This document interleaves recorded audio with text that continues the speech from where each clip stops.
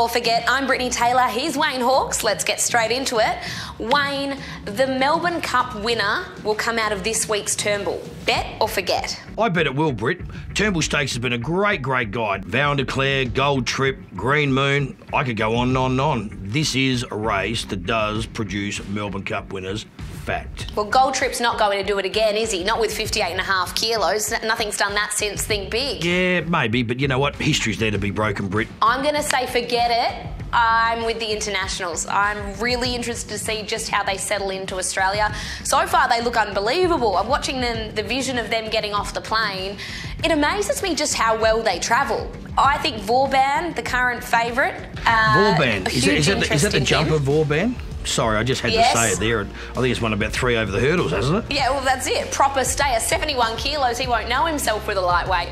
But that's why the one that really interests me is the Japanese galloper Breakup. I love when the Japanese bring horses to Australia. If the winner doesn't come out of the Turnbull, I reckon the other race we need to really look at is the Caulfield Stakes.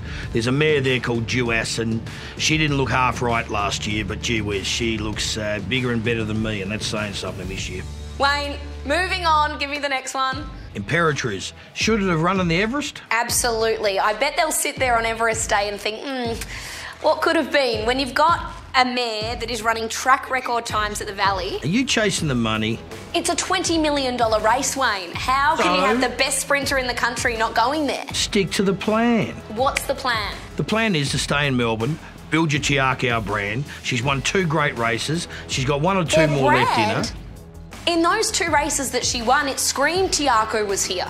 In that McEwen, that was the most exciting finish you could get. It stamped that they're here. And the Everest is the most heavily marketed race in the country. Britt, it's not just all about the Everest. I'm just saying, if she was mine, I would be going to the Everest to race for $7 million for first prize. You can't go from New Zealand to Melbourne, do a job in Melbourne, and then go on as half an afterthought to Sydney.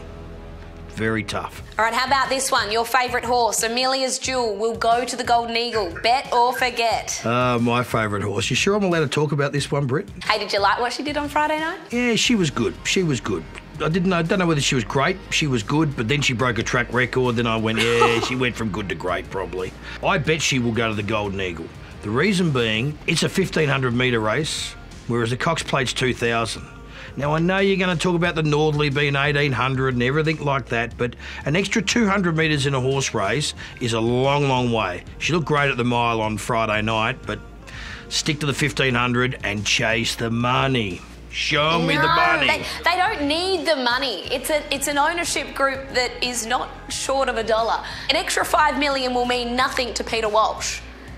But the history of winning a Cox Plate, to have on his wall that he was the owner of a horse that won a Cox Plate, I just don't think you can deny that sort of history. And the other thing is I think the Valley actually really suits her, because what we saw at Flemington was that she kind of just floats a little bit on that expansive track when she hits the front, where I actually think Moonee Valley was better for her. I bet she'll go to the Cox Plate. If she wins a Cox Plate, can I get you one of those AJ Army shirts, you know, the Hawaiian ones that they're wearing with Amelia's Jewel? Double and you XL. do the Bet or Forget episode in that?